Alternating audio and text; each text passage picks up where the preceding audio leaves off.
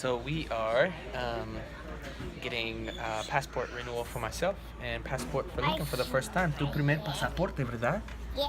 Sí, pero tenemos que pedirlo. But I already have one when I was a fat baby. ¿El qué? ¿Eres una bebé gorda? Sí. Pero ahora no eres gorda.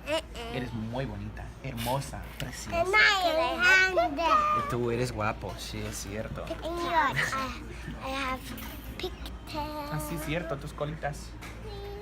No, they call pigtails. ¿Cómo se llaman en español? ¿Colas de cerditos? So we're gonna get passports and this is craziness. Bye!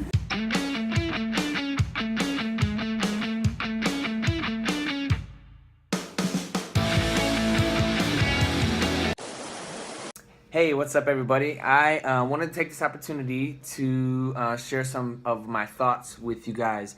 As you can see from our opening video, we had an opportunity to go and for me, send off for a renewal of my passport, but for our son, to get his passport for the first time. And so I wanted to share with you guys 5 tips for traveling with children, because we have small children, and I'm sure that there's some anxiety that exists within every family and within every human being who is in charge of another child, or of another human being that's in the shape or form of a child when it comes to traveling. So let me share these 5 tips with you. Okay, tip number 1, I think it's really important to worry less.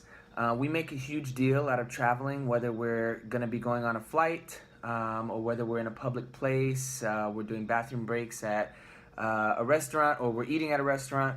And we have a tendency to focus hugely on what's going on. And if our kids make the slightest sound, we freak out. When in reality, people around us, they're not that interested in us. I think that occasionally you may run into a grump, but generally speaking, people are not going to be that bothered by a little bit of noise. And also in reality, if you're in a plane a few rows away, unless you have a newborn baby that's just bawling and bawling and bawling, or you're screaming bloody murder, they're not going to hear your little sounds. If you do have a newborn, there are things that you can do. One of the things that we did, we don't have a newborn now, but my wife breastfed, so she gave that child some breast milk and put him to sleep. You can do other things with pacifiers, and I'll go into that in just a minute. But I think number 1, you just gotta worry less. It's not that huge of a deal. Number 2, I almost put number 1 again. Number 2, you have to plan snacks and foods. And I think a key here, obviously, you probably want to have your go-to snacks. We do fruit snacks. We also do pretzels, which are a little bit more healthy. But our fruit snacks are also kind of organic juices, or made from organic juice. The snacks are going to be something that they're used to, that are good for them, but that they look forward to. And if they are in a moment where they are calling attention to other people, sometimes a snack will calm them down.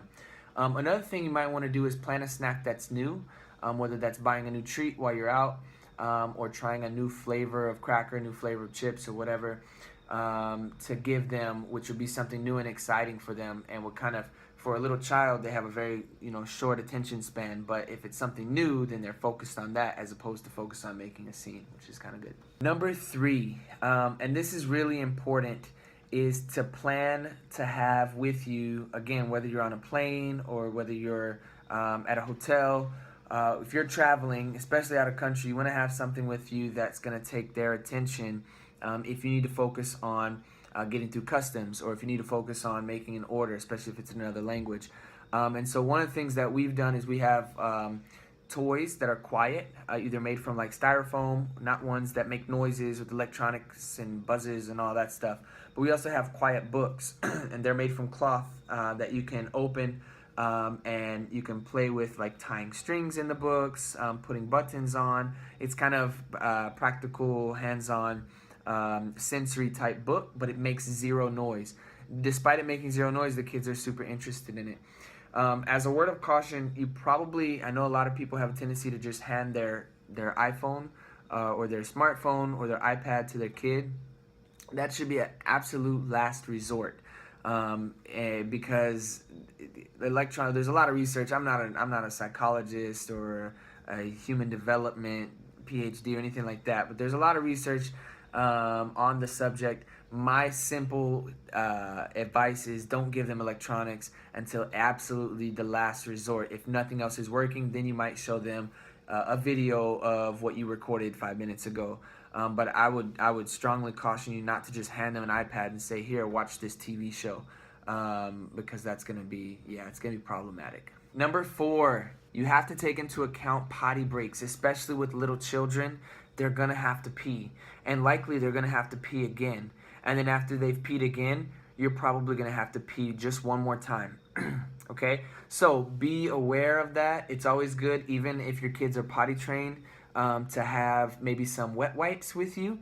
Wet wipes are just good in general, whether you call them the baby wipes or whether you have like alcoholic wipes. They're just good for cleanliness. So stay clean. Be prepared for potty breaks. They're probably going to happen, and sometimes they happen when you cannot get to an official Western civilization toilet. So I know that I might be looked down upon for this, but my kids have gone to the bathroom in a parking lot. They've gone to the bathroom in the bushes. They've gone to the bathroom on the side of the road. And having the wet wipes with us has like solved the issue big time. Now they haven't gone doo-doo. No, that's not cool. I don't want to leave that in the parking lot. But they've tinkled, and we were able to clean up, and everything was good because we had wet wipes. So be prepared for potty breaks. That's probably going to happen. As a travel tip, you want to have those wet wipes with you. So keep them. All right, number 5, guys, and this is the final tip. I think it's probably the most important of all of them. Despite there being probably some challenge involved with traveling with children, whether you're going abroad like we plan to do, that's why we were getting passports, or if you're just taking a road trip or going 15 minutes down the road. I think it's important to always remember family is family, so have fun. Sometimes when you're out and about, people give you attention, and it's not always bad attention. A lot of times it's good attention. Other people have children too, and other people that don't have children are sometimes interested in you. So take in the attention, talk about them if you're asked, talk with other people, have fun, enjoy yourselves. This is you time, and this is your family time. So have fun. Okay, those were 5 tips for traveling. Like I said, please take it for what it's worth, but have fun. These are my Thursday's thoughts. If you have any questions, leave them down in the suggestions box. We're going to call it that, the comments down below. If you haven't done so, you can subscribe to us here on YouTube. We're the Perms, and you can always give us one like. One cool thing to do, if you have some other suggestion other than my 5 tips, I'm sure there are things that you do that I'm not doing or not mentioning. You can leave those down in the comments as well. In the meantime, have a wonderful day, and we'll see y'all later. Shoots.